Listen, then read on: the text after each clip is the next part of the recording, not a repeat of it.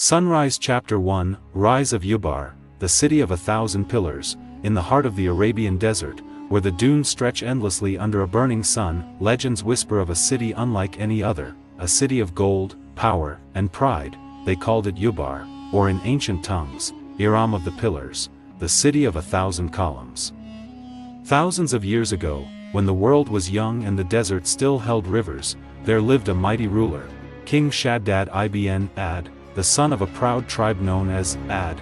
The Ad people were strong, wise, and wealthy. They traded frankincense, the treasure of the desert, with Egypt, Mesopotamia, and even faraway lands beyond the sea. But Shaddad was no ordinary king. He was a man who dreamed of immortality. He looked at the heavens and said, "If paradise exists in the sky, I will build mine on earth." And so, he commanded his people to create a city so magnificent that even the angels would envy it. The city rose slowly from the sands, towers carved from marble, capped with gold, walls inlaid with silver and sapphire, streets paved with polished stone that shimmered like mirrors beneath the desert sun. Palm gardens surrounded the palace, fountains poured scented water, and in the night, the city glowed like a jewel beneath the stars. Merchants came from every land, drawn by its beauty. Poets sang of its glory. Travelers called it the miracle of Arabia. But as the city's splendor grew, so did its pride. Its people forgot gratitude. They worshipped gold instead of God, and the king who once sought paradise began to call himself divine. In their arrogance, they mocked the prophets who warned them of judgment. They laughed at the winds, at the storms, believing the desert itself bowed to them.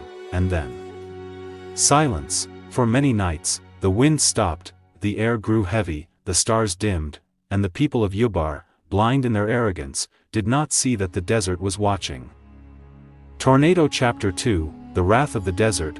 One night, as the moon vanished behind dark clouds, the first signs appeared. A tremor rolled beneath the earth, faint, then stronger. The wells began to dry, the palms withered. A sound, like distant thunder, echoed from beyond the dunes. The prophets cried out, "Repent, for the wrath of the heavens is upon you." But laughter answered them, and then, the storm came. The sky split open with roaring winds, howling like beasts unleashed from the underworld. Walls of sand rose higher than any tower, lightning flashed crimson across the horizon, and the marble pillars cracked like bones beneath the weight of the storm. The people ran through the streets, blinded by dust, screaming prayers that no longer reached the heavens. King Shaddad fled to his golden palace, clutching his treasures, shouting to the sky, "I am the lord of this city. None shall take it from me." But the desert had no mercy. In a single night, Ubar, the city that defied the heavens, was swallowed whole.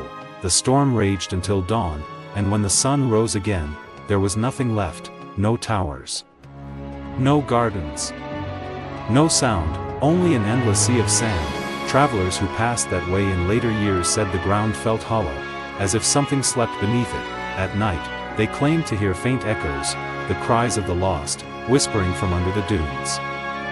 "We were mighty once, until pride turned us to dust."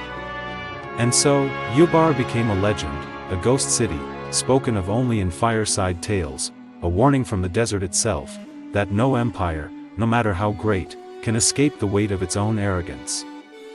But the mystery did not end there. Local Bedouins still say that at night, when the wind howls over the sands, you can hear voices, the echo of a city that once glittered beneath the desert sun. Sometimes, travelers claim to see faint lights far in the empty quarter, dancing like flames across the horizon.